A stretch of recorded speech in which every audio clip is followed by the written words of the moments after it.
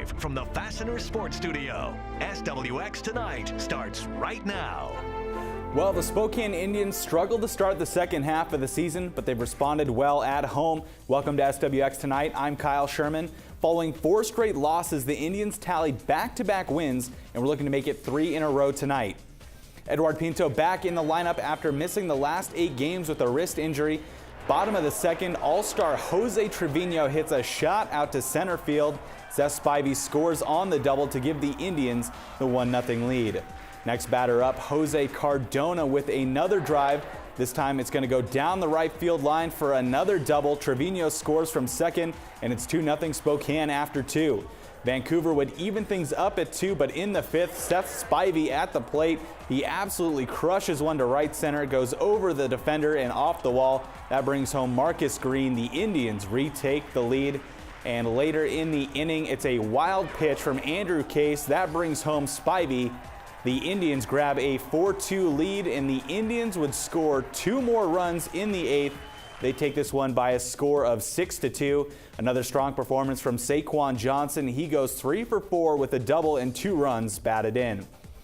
Tri-City on the road to take on Everett. The Dust Devils down 5-3 in the 9th, but they rally and score 2 runs to force extra innings, and they get the win 6-5 in 11 innings. Moving to the gridiron, the Seattle Seahawks are looking to become the first team in a decade to win back-to-back Super Bowls, and it's been 9 years since a defending champ has won even a single playoff game the following season.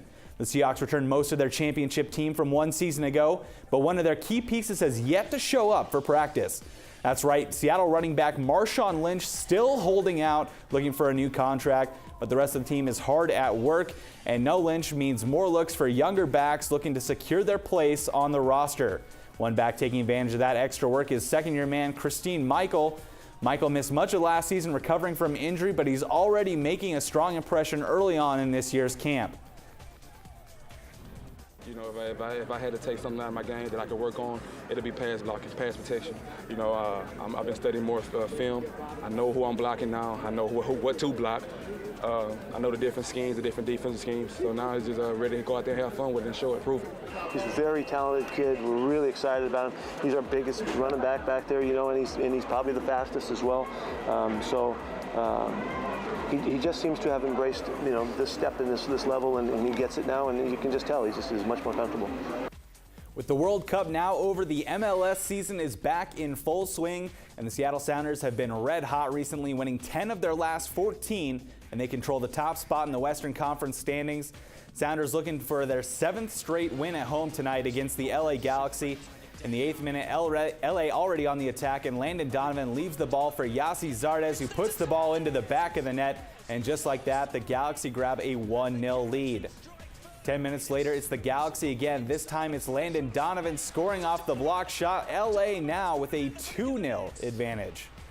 Still in the first half, this time it's Stefan Ishizaki on the breakaway. He puts the ball under the outstretched arms of the keeper. The Galaxy with a 3-0 lead, and that's your final. LA shocks Seattle at home 3-0. The Spokane Chiefs were dealt a tough hand today as Captain Reed Gow informed the team he will not be returning next season. The defenseman opted not to return for the upcoming season, citing personal reasons. Gow tallied 6 goals and 56 assists last season for a total of 62 points. That stat line ranks 5th for defensemen in the WHL.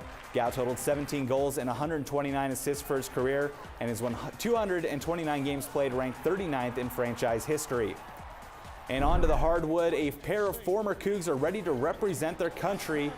Australia today selected Aaron Baines and Brock Modem to represent the country in the upcoming FIBA Basketball World Cup in Spain. This marks the 3rd national team selection for Baines, who's coming off an NBA championship with the San Antonio Spurs. And this is Modem's first appearance with the Australian national team. He completed his first season of pro ball last season in Italy. And the 49th running of the Columbia Cup wrapped up yesterday here on SWX with Jimmy Shane scoring his 2nd win in the Tri-Cities. Shane earned that victory, though. In an earlier heat, Shane collided with David Vilwalk in the Beacon Plumbing boat, putting a hole in the left side of the Oberto boat. But with the help of duct tape and some TLC, Shane and the Oberto boat ran away from the field in the final, nearly lapping a couple of drivers along the way. It's the 2nd straight victory for Shane in the Columbia Cup, and he says the key to the victory is his crew. Not at all. I knew these guys were going to put something on there that was going to hold up long enough, and we even got actually an extra half a heat out of it because we had the restart. So what these guys did was just amazing in about 30 to 40 minute time span.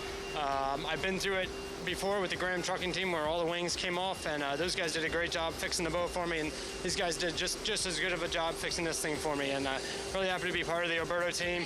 Really happy we're the 2014 champs at the Columbia Cup, and really happy we get the Bernie tree again next year. The Carlton Complex fire has destroyed nearly 250,000 acres along with roughly 300 homes. But while the fire is still being contained, a brand new golf course will open this week in Okanogan County. Gambling Sands is a brand new 18-hole golf course. It opens Friday in Brewster. The course, designed by acclaimed golf architect David McClay Kidd, features stunning views of the Columbia River and the North Cascades, and it shares some characteristics with the designer's most famous course, Bandon Dunes. This is, I'd say, kind of like fell out of the earth. You know, David didn't move a ton of sand here to build this golf course. He walked the site for 5 years trying to identify what's the best routing plan here. And so you can see that in the design. It's a lot of the natural elements are already, you know, interwoven into the golf course. The Mariners have struggled to get their bats going since the All-Star break, and after falling out of a wild card spot are at a critical point in their season. And when we come back, we speak with Mariners beat writer Ryan Divish about how the team can get things turned around. We'll be right back.